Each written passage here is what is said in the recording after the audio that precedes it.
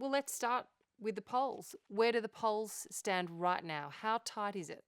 You cannot call this election. It's simply impossible. Harris has got a small lead. She's had a lead now for a few weeks. When she was the heir apparent, she went from 3 or 4 points down to 3 or 4 points up. But what's fascinating about it is she got a convention bump before the convention, not after. As Americans got to know her, and they realized that she was a lot younger than Joe Biden, was a lot more energetic, and that she was a traditional Democrat. The Democrats returned. The younger women returned. Some of the people of color returned. And she has ended up with a small lead, but it is so small. And in the key swing states, I've never seen it this tight. 1 or 2% on either side. It is the closest election that I've seen. It's even closer than 2016. And remember, at this point, Hillary Clinton had a 6 or 7 point lead. In 2020, Joe Biden had an 8 or 9 point lead. For Harris to have a 3 point lead at this point, she's got to be sweating it, but so does Donald Trump. It's a remarkable turnaround for her, though, isn't it? I mean, a few months ago, you'd have to say she was one of the least popular politicians in America. She was quite underwhelming as a vice president, and then she gets the nomination. Suddenly, she's picked up in the polls. It's not really about her. Let's be blunt about it. It's about her opponent. In the end, she's acceptable, but she's not. Now, she is being embraced by certain constituencies. And I want to recognize that for younger women, people of color, partisan Democrats, progressives, she's absolutely their cup of tea. She is endorsed and supported, and it's hardcore, and you can see it in the reactions, in the rallies. These are the people who are shouting and screaming with delight. It's almost like a rock concert. But you win not with your partisans, you win with the center. You win with the undecided, you win with the independents. And they have a lot of questions that still haven't been answered. She's been a national figure now for 5 years. And she still hasn't shown who she really is. And she still hasn't shown the details. The public wants to know that she says what she means what she says, and then does what she says. And there are still significant question marks. That said, she's giving Donald Trump a run for his money. So, does Kamala Harris have an identity crisis? I'm very careful about calling something a crisis because everything's a crisis. In America today, right now, a higher percentage thinks the country's headed off in the wrong direction. A higher percentage believes that we're the most divided that we've ever been. A higher percentage believes that the future is going to be worse than the past. And in fact, a higher percentage now believe that their kids will have a worse life than them. That's the environment that this election's being held in. It's really negative, it's really partisan, it's really political. And to say she has an identity crisis is not really fair. That said, she's not answered the questions the public wants answered. She's not explained exactly what she will do. In the end, Americans are not as policy-oriented as some countries. But we still expect to know that you say what you mean what you say, and you do what you say. And we don't know what she means. We don't really know what she says, and we don't know what she'll do. Because she does have a problem with mixed messages, inconsistency in the past, doesn't she? Well, part of it is a word salad. That is very easy for you to find tape where she doesn't quite answer the question. She can't land the plane. She's circling around and around and doesn't quite get to it. And that's when she uses that laugh that Donald Trump criticizes so much, because even she knows it. I'm a pollster. I'm a behavioral scientist. I see it. I can tell when she's trying to avoid a clear answer, and the world can see it. But in the end, she's not Donald Trump. And in the end, that not being Donald Trump may just be enough for her to win. What are undecided voters telling you about Kamala Harris? I do focus groups every single week with undecided voters. So I've had it. I don't want to be negative, but I've really heard what they have to say, and I see it every single week, and it's changing over time. The two key issues are the two areas where she has not been explicit. inflation, which is actually affordability. And to be more precise, it's about food and fuel, housing and health care. She's talked about price gouging in terms of food, but we really don't know what she's going to do there. She hasn't addressed fuel. She hasn't really addressed housing except to give people somewhat of a break in their first purchase. And these are things that are driving people crazy. In America, the economy is arguably pretty strong, but people don't feel it because they're making more money today than they ever have. But everything is costing more. And so they actually have less money at the end of the week than they did 4 years ago. And in fact, the most powerful question that she hopes is not asked, are you better off today than you were 4 years ago? Because the answer for a majority of Americans and a clear majority of undecided voters is a resounding no. They're not. Is there a sense as well that she has been in the White House for 3.5 years? So why hasn't she done some of these things she's now promising on the campaign trail? There's a double-edged sword about being vice president. You get to claim credit for all the things that went well, but you're going to be held responsible for all the things that didn't. And the fact is, on the two issues, inflation and immigration, this administration has not had a good record. And the public believes, which I'm surprised about, that the Trump administration was more successful and more effective than the Biden administration. Now, in the last few weeks, the Biden administration's numbers have gone up. It's interesting, maybe ironic, that the moment that Joe Biden steps out of the race and hands it to Harris is the moment that his numbers start to go up. Because in the end, what they disliked most about Biden wasn't his record, it was his age. And they simply felt like it was time for him to step aside. So she's getting credit for most of the successes and not being held responsible for most of the failures, but that's up to the Trump campaign to do so. And frankly, that's why this debate is so important. When the two candidates are shown side by side, and one answers the question, then the other responds. On these two issues, affordability and immigration, and by the way, immigration is not just about the border.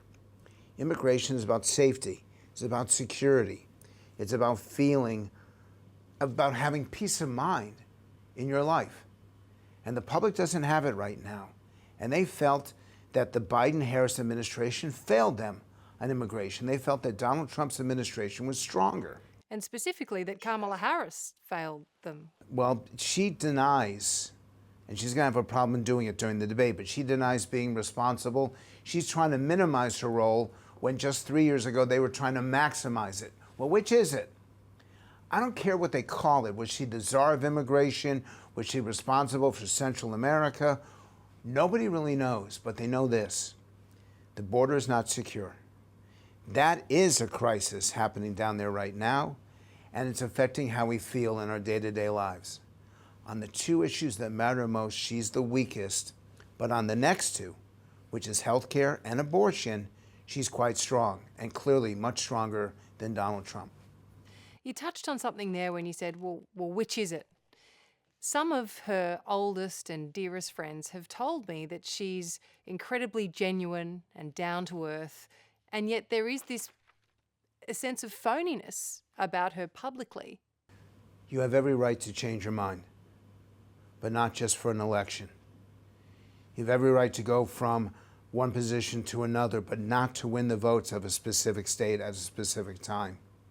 And where she's been criticized the most is when she said declaratively, I'm against fracking. And she said this again and again and again in 2019 in the Democratic primary because Democrats hated fracking. Now she's saying that she'll allow it, she'll endorse it, she'll support it, because she knows that if she's against it, she loses Pennsylvania, the most important state in America. So the question then becomes, is she changing her mind because her policies have changed or because the politics have changed? We don't know. That's why the debate matters. Her communication of why she changed her mind, and she keeps saying again and again, my values haven't changed. My values haven't changed. Well, when you say it 3 times, as someone who studies human behavior, that tells me your values have changed and you're trying to convince people. Thou dost protest too much. If you say something 3 times, it actually means you don't mean it. And so she's saying that her values haven't changed. There are a lot of people out there who don't buy it. Maybe her values haven't changed, but her politics have changed. And when you change your position on something so fundamental about how you provide energy for a country, that's a big deal. And there's other issues where she's changed as well.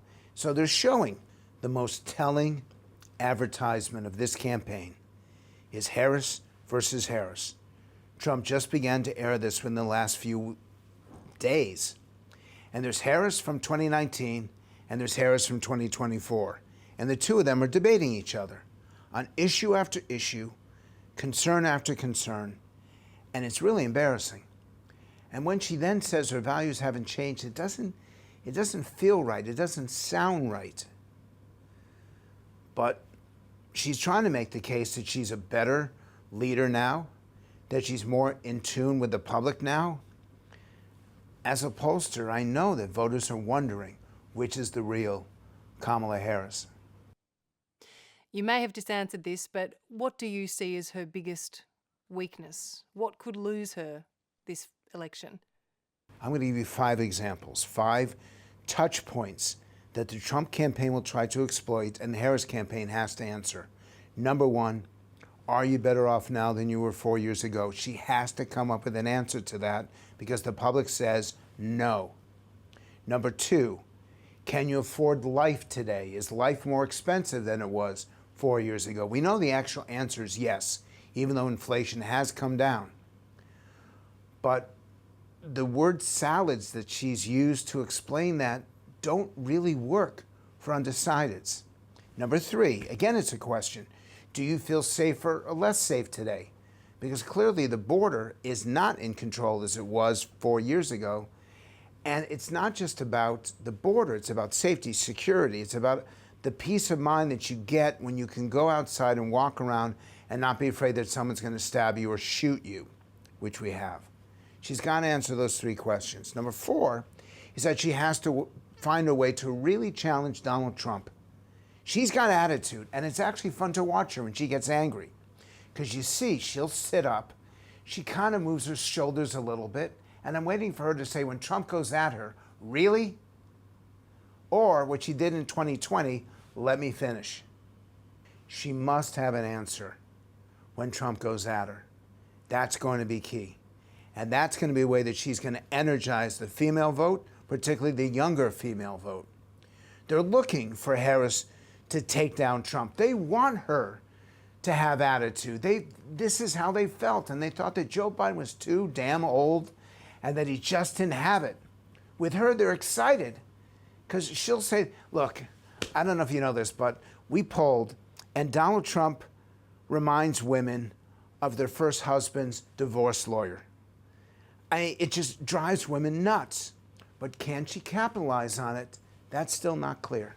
What matters most in these debates? Is it policy or personality?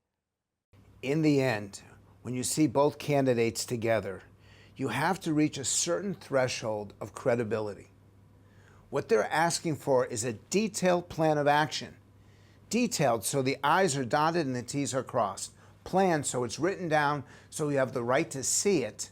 And action because they're tired of politicians talking too much and doing too little.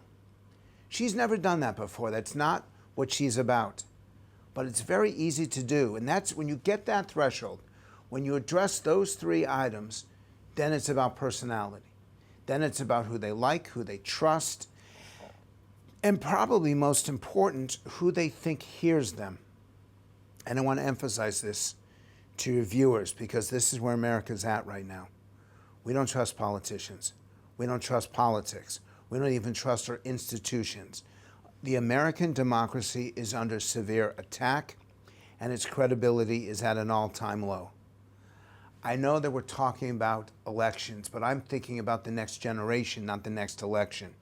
And I'm wondering whether this is going to be the last time we get to do this. We are at a breaking point.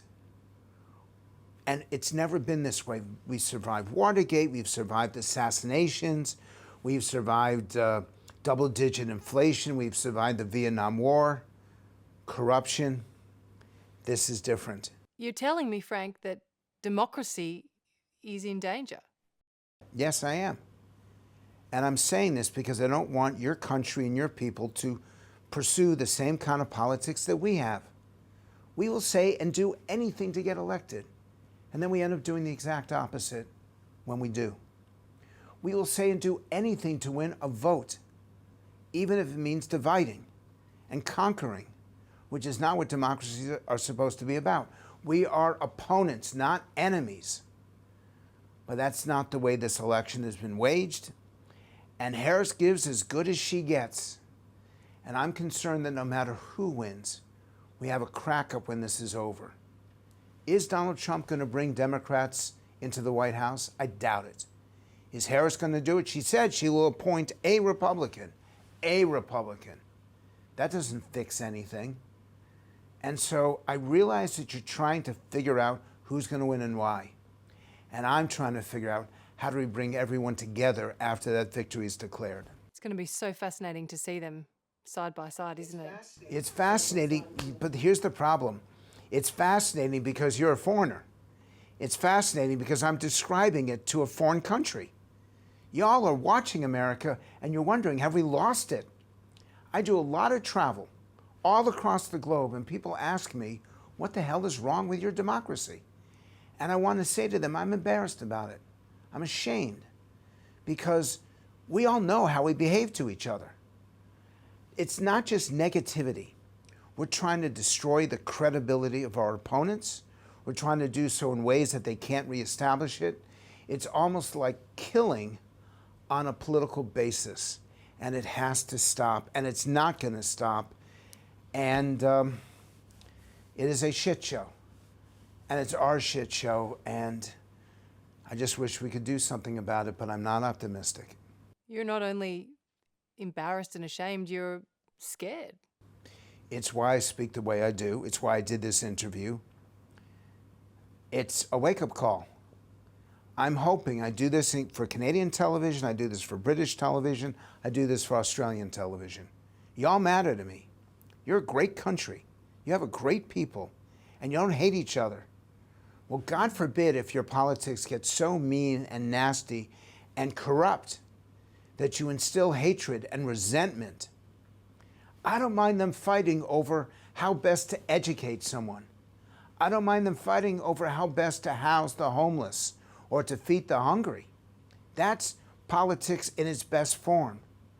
But when you're trying to demonize someone for their race, when you're trying to criticize someone for an attack that you know will divide the country by gender, by age, by ethnicity, not just by party, and it's irreparable, that's evil. And that feels like American democracy in 2024. How could, then, Kamala Harris offer something genuine? How could she connect with Americans looking for someone that they can believe and trust, looking for hope? It's easy, actually. It's in a single word. I've been researching this for months. We'll see if she sees this. It's in all caps with an exclamation point. Enough. Enough for the ugliness. Enough for the attacks. Enough for the kind of politics that, and she could criticize Trump for because the public does believe that this is what he does. Enough. We're not going to do that anymore. I say this to my progressive wing. I hear you. I appreciate you, but stop. What Americans need right now is just a little bit of silence and a lot of understanding and empathy. What we need is mutual respect and dignity. And what we don't need is negativity. She says enough. And she says, I'm not going to play this game. We're going to bring understanding and empathy and a desire to cooperate. And she wins big. I don't believe she'll do it, but I know the public is waiting for someone who can do it. When Donald Trump was shot, and he said, I'm a different guy, and he started his convention speech in a very different way, a way that we never heard Trump speak before, I thought, oh my God, our politics have actually changed. He actually got the message. Of course, 93 minutes later, I realized that nothing had changed, that he was the same Donald Trump that he was before. Well, it looks like Vice President Harris is the same candidate that she was in 2019, although she's shifting some of her positions.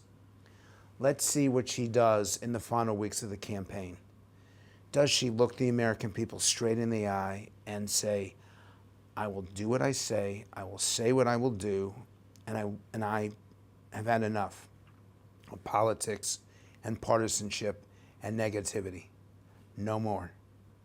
That not only wins her the election, it may win America its democracy back. I have to emphasize, I don't believe she'll do it.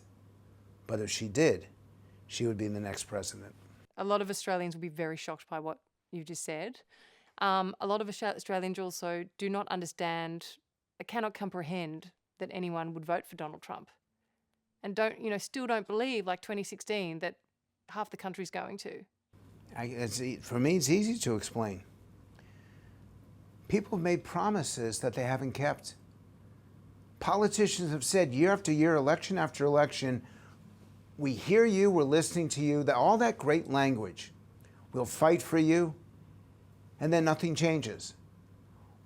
Votes don't happen, legislation doesn't happen, changes don't happen, and their lives just become more and more difficult with every 2 years that pass. Isn't that a key problem for Kamala Harris now? But Donald Trump has the angry vote, has the vote that wants revenge, the vote that's tired as hell. In fact, it's mad as hell and not going to take it anymore. 72% of Americans say they're mad as hell and not going to take it anymore. And those voters, a majority of them are voting for Donald Trump. He's captured that sentiment. And they're absolutely going to wait in line, and they're absolutely going to vote, and nothing will stop them. Not rain, not sleet, not snow, nothing. And that's why he's going to do damn well, and why he still could win. The ingredients of a Trump victory are all there. A country that looks like it's falling behind, a population that's negative about the future, a fear for their children and the next generation. The two key issues with Trump in the lead on those two issues. Those 5 components say that this election goes to Donald Trump. However, she absolutely has a lead right now, and she can expand that lead if she figures out how to communicate hope and opportunity and democracy so that every voice is heard, not just her voice. Not just the people that form her coalition. In the end, there's 6% who are undecided. They're going to determine this election. And it's only 6% in 7 states. If you do the math, it actually means 1% of America is going to determine the votes, the outcome for the other 330 million. And when you look at it, there'll be enough states that'll be decided by 1 or 2%. That if you just shift 50,000 votes, 60,000, that will determine who wins and who loses in those key states. Those blue-collar workers in Pennsylvania, Wisconsin, Michigan, the people that made Donald Trump president initially, that he then lost to Joe Biden, can she win those working-class people back in those key swing states? She absolutely can, but not by calling them blue collar or working class. Because if she does, she'll realize that that's not how they want to be identified. No one wears a blue collar.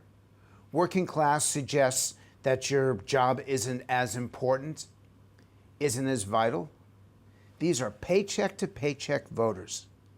It represents 23% of America who literally don't know if they're going to have enough money at the end of the week or end of the month. You call them paycheck to paycheck, they sit up in the focus groups. They literally say, that's me. I'm that person. I don't know if my paycheck's going to make it to the end of the week or end of the month. You communicate to them in a way that they hear you and they feel you and they get you, and she can win them. But Trump has the advantage among them because they relate to him. Trump is winning more union voters than any Republican in modern times because the union leadership seems to be totally pro-Democrat. It seems to be completely partisan.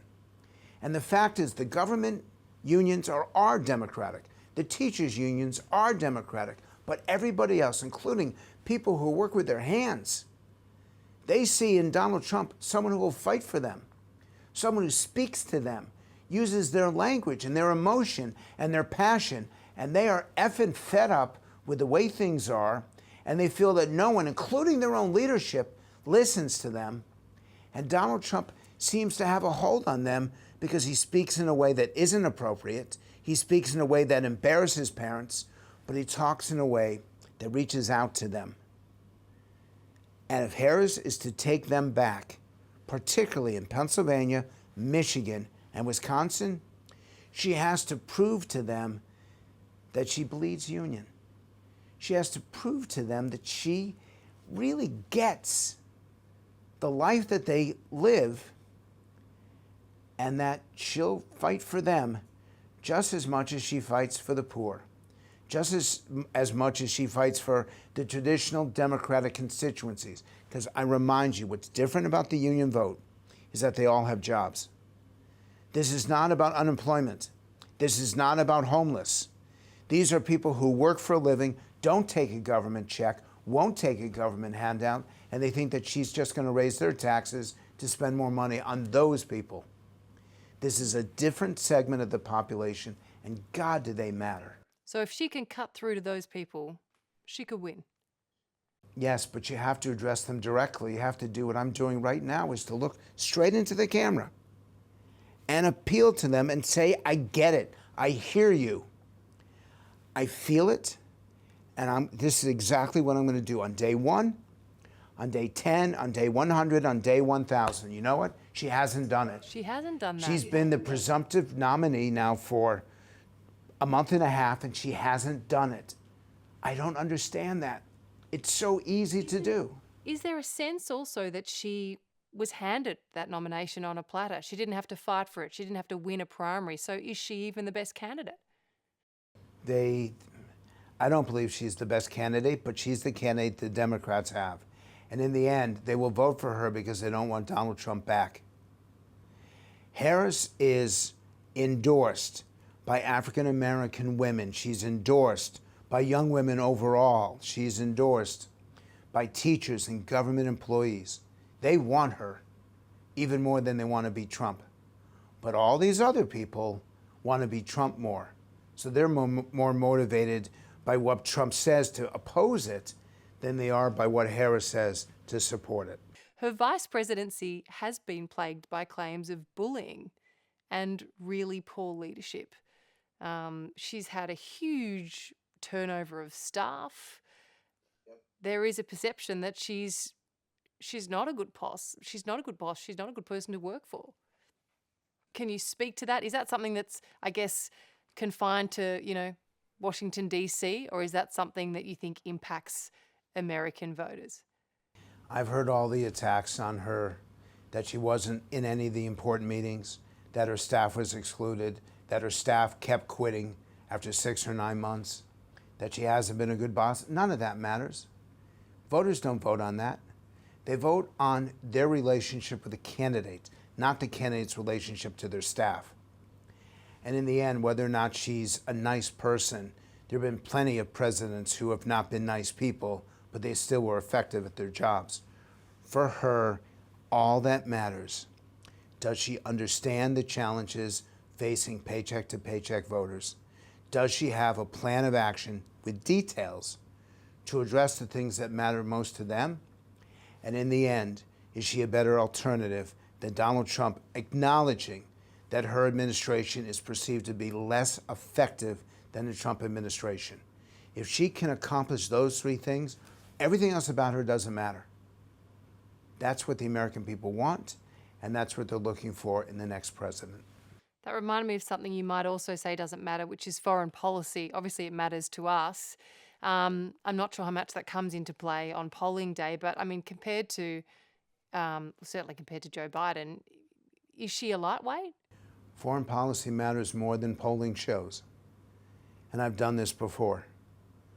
Is the candidate likely to get the country into a war that may not show up in the polling in terms of terrorism or foreign policy or the specifics, which is China, Middle East, and Russia, Ukraine?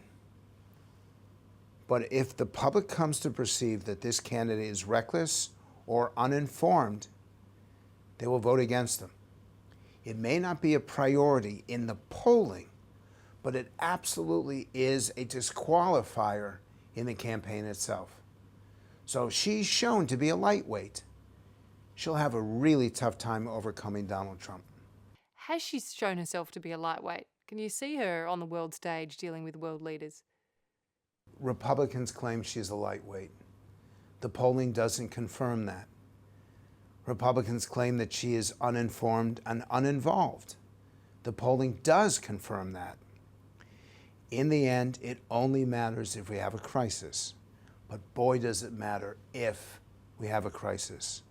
And if they think that she could not stand up to Putin, could not stand up to Xi, does not have a policy on the Middle East, the three key components of foreign policy, if she's shown to be wanting, I don't care what the polling shows. I believe she will lose. Whether that happens or not is really up to the Trump campaign, not the Harris campaign. That's going to be a big test for her, isn't it? But Trump, here's the whole issue. Donald Trump is his own worst enemy. He'll attack her for everything. He'll attack her. If they ask him, do you apologize for attacking her ethnicity? Not only will he not, but he'll double down. If they ask him, is she not qualified? Not only will he say yes, but he'll make it personal and ugly. It's not a matter of Trump being nice. Just be appropriate. Just be an adult. Because she knows how to handle men like Donald Trump. And she'll embarrass him if he tries to embarrass her. If, on the other hand, he keeps his cool, she's going to have a challenge.